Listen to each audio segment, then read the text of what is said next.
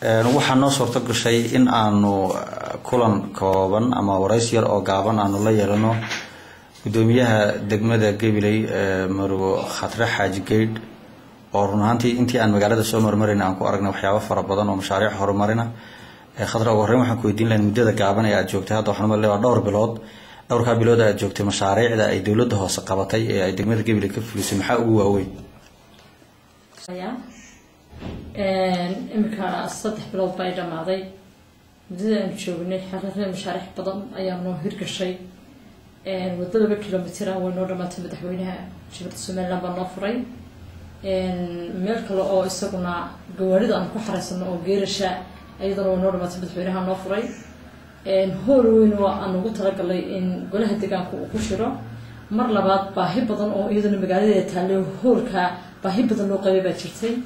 ayada laftigeegana oo magaalada baahi dhab ay u qabto isagana uu noo dhamaaday imika furitaankiisa baa noo haray laba wada imika iyaguna gabagabo noo sii maraya oo xag u dambeysay maraya kuwaasna iyagana furidoodan baa noo hadhay la yiraahdo kulli mashaariic xafiisyada dawladda hoose oo aad u fara badan dhamaantood waxaan ku sameynay isbedel aan ka dhicin dhisme rasmi oo lagu sameeyay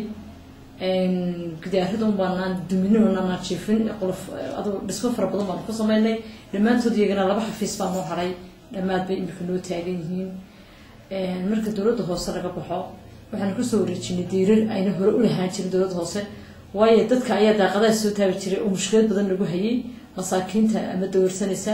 ama dadyo kala halkaan nagala hadlayay diirar waaweyn baan ku soo wareejinay dawladda hoose markaa oo ayna hore u lahaan jirin ayada laftigood ragtay wajahada hore dib qurxin baan ku sameynay inta markaan ka baxno dawladda hoose imika waxa noo qorshaysan magaaladeedu waxaan lahayn guriga martida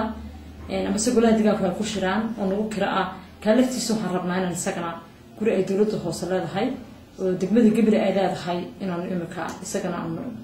hawlaha iyaga dambe aan bilaabo doono inaan ku ka dhigno oo wali fari kama qodna marka kulleeytu waxaan isleenahay bal wixii imika ka dambeeyay iyo imika saan u bilownaba in isbedelkii xukuumadda kulmiye ay ku ballan qaaday madaxweynaha iyagu annaga oo ka duulayna fulinayna waxaan dadweynaha Gabiley u sheegnaa oo u qabanaynaa in isbedelka uu socon doono isbedel badan iyagu isbedelkii rabeen indhahooga ay ku arki doonaan maadaama ay u oomanaayeen isbedel xukuumadda tiiban hirgelinayna oo si wadana mashaariicda hadii la yiraahdo mudane gudoomiye muddo yar baad joogtay hadda waxaan ka muuqata xafiiskii dawladda hoose oo deegaanka hore malaasida Ingiriis ku dhisay isbedel aad u fara badan iyo dhismayaal cusub baa ku biiray mashaariic kale dibadda laamiyaha baa jira waxa soo hantiya xageed ka keenteen oo saad isku muddada yar koobaneed joogto waxa soo dhan aad uga faa'iideysan karteen kulli hanti anigu uma naakeelin hantidii halkan taalay ayuun baan u maamulay dadka waxay hanti oo kale lagu soo kordhay ma jirto waa dhaqaaluhu sidoo ahaa buu yahay marka laga reebo intii ay xukuumaddu horjirtay isbedelkii kulmiye oo ku ballan qaaday xukuumaddiisu madaxweynuhu ay ahayd in dhaqaalaha kor loo qaadi doono maalintii dalka uu qabsaday xisbiga kulmiye ayaanu isbedelkan dhaqaalaha ee degmada Gabiley u kordhay horta u kordhay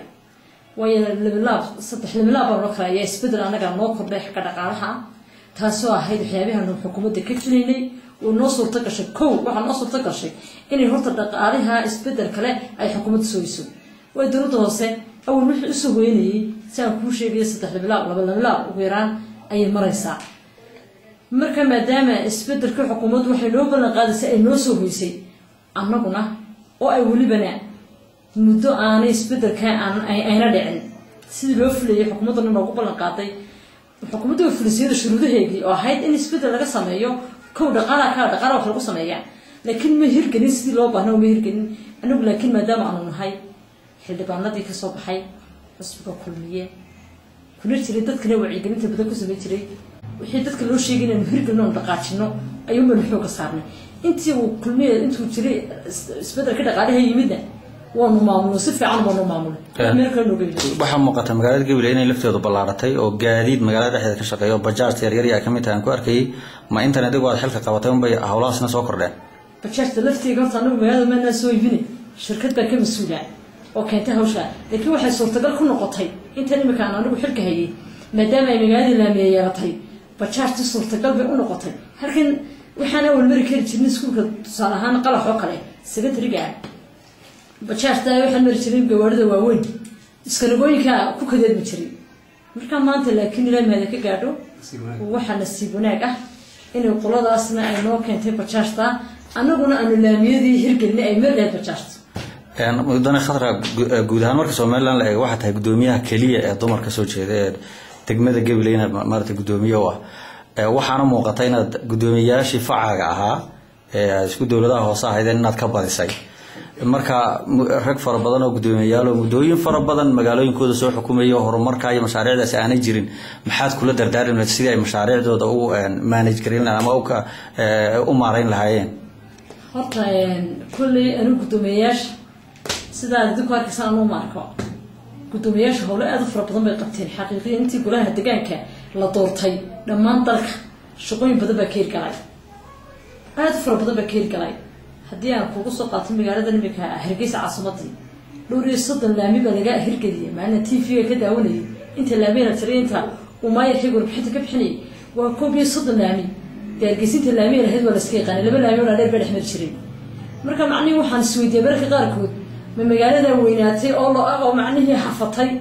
مباهيدي وما كسر فربضنا ولي باهيدو بدتك أركيان كان نفتي بحول الله هرت بدك شيء يريدونه هنا فما يهذا كلام قالوا لك كلام دور مو إنه هاي لا مين هاي شرين أنت سبلها دقيقة كوزميد وإن دلامية دي بتشاف اللحظة طبعا أركينا وأقولها دقيقة وما يركمات تشوجا بكل حول لها فما يهذا لفتيو وحافرها بدن قطعي أنه يجوا إنه يكسر الناي يجوا يحبوا هين إن أهل الله حصاه هذين مجال باهيدا هذاي ويبضل حقيقيا مركب باهيدا هذايان لا يجني أنت هرت الصوت بتاعه اللي قف كده يركب بهرية حتى يصير قطوع له ولا مقلن هركا وحنا مرتشة بعد عسى برعوا كنا كوجا يدنا قلب كيو دوي كل بسنة واحد بدل يفسدين ودوي بدل بيهركدين إلا هو تقرأ إمك عصبه حركي إمك الله ربما ما له يقدر شريه الله ربما إن هرجيسة عدد ذي حاجة يصمرته وهو مرآة طلعنا وياه مركب تاسمح لنا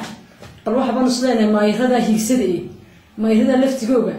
إن ما دام نقول دجان هاي أنا وريبه هاي نتيك كوباد يقول ياش الدجاج كلا بس طرفه لما أنتوا دبان هاي واحد شعره يقول ياش إذا أنا مرة برا شيء واحد قبتين واحد في عمنا قبتين maxaa ku qorshaada muddada dhow ee aad ugu tala gashay inaad qabato waxa loo qorshaa koow baahiyaha noogu sii daran isku secretary-ga inaanu kulli wax ka qabanaan rabnaa oo wasaaradda isla kaashano iyo anagu wasiirka wasaaradda qorshe kood hadalay inaanu halkaas isla kaashan doono maadaama ay ilaa 5 galaas ardadii ay ka dhiman yihiin oo aanu gelikii dambe u bedelay gabadhina sida caadada ahayd gelikii horumar laga jiray laakiin duruuf galaas la'aaneed baa nagu dhacday marka taa inaanu isla kaashano anagu qaybtayada inaanu ka qaadano ka dawladda hoos ahaan marka ku xigta inaanu kulli guriga magaaladeeda guriga martaabo lagu golaha deegaanka ku shiriyeen aan lahayn inaanu ka qabno